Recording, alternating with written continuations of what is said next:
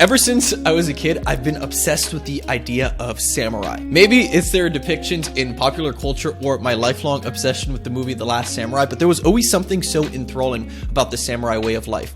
A pure devotion to the way of the sword, living by a devout moral and ethical code, dedicating your life to the service of something greater than yourself. And this is still just scratching the surface. Samurai were true Renaissance men centuries before the Renaissance. Samurai were often prolific poets, studied Zen Buddhism, practiced calligraphy, and were excellent tea makers. It'd be a gross understatement to say that there is much to learn from the samurai and their way of life. So in this video, I'd like to cover some of the core learnings and philosophy of the samurai that I've learned over the years, most of which will be coming from Miyamoto Musashi's Dokudo, or the way of walking alone. I'll very likely do a dedicated video on Musashi in the future, but for right now, all you need to know is that he is one of the most famous samurai swordsmen of feudal Japan, and much of his writing is still studied today.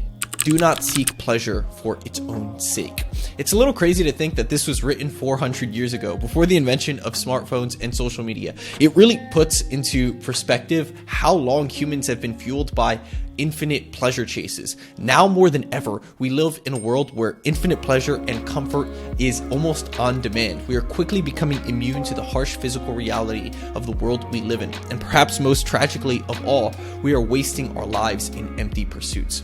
The point here is that pleasure is fleeting, temporary, impermanent. Therefore, why spend your life on a never-ending wild goose chase? Accept everything just the way it is. Musashi and samurai lived during an intensely harsh physical era. One mistake or miscalculation meant death by blade. And off the battlefield, many samurai were forced to farm for subsistence. In the harsh reality that we live in, there is no time to wish or hope that things were different, for these distract us from the true nature of reality, from seeing things as they truly are. Once you accept reality, you are free to change it or make it work in your favor. One who is a samurai must before all things constantly keep in mind, by day and by night, the fact that he has to perish. That is his chief business.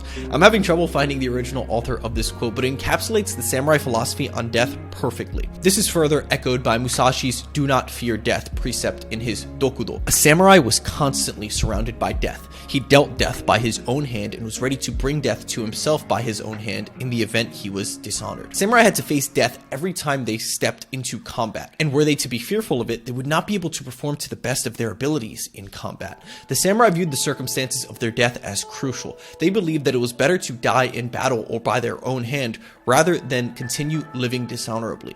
This gives us insight into how devoted they were to their honor and way of life. Be detached from desire your whole life long.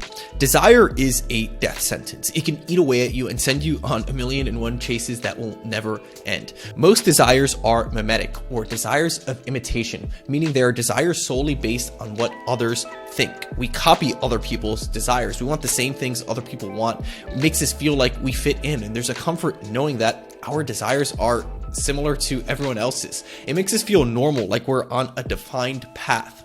But desires are an easy way to create an inner turmoil. You feel bad for not having this thing, or bad because you don't have what you want, and it eats away at you. The desire is constantly in your mind. The important thing to remember is that we cannot control results. We can only control our actions, what we do. But results are only partially dictated by our actions. Everything else is out of our hands. The truth is, we cannot control results. We can control our actions, what we do in the name of getting those results. But results are only partially dictated by our actions and what we do.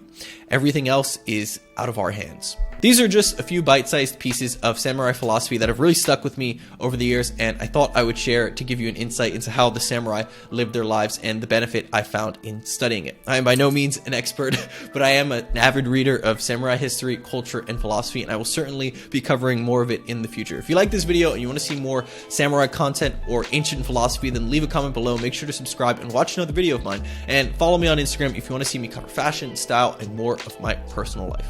I will see you guys very soon.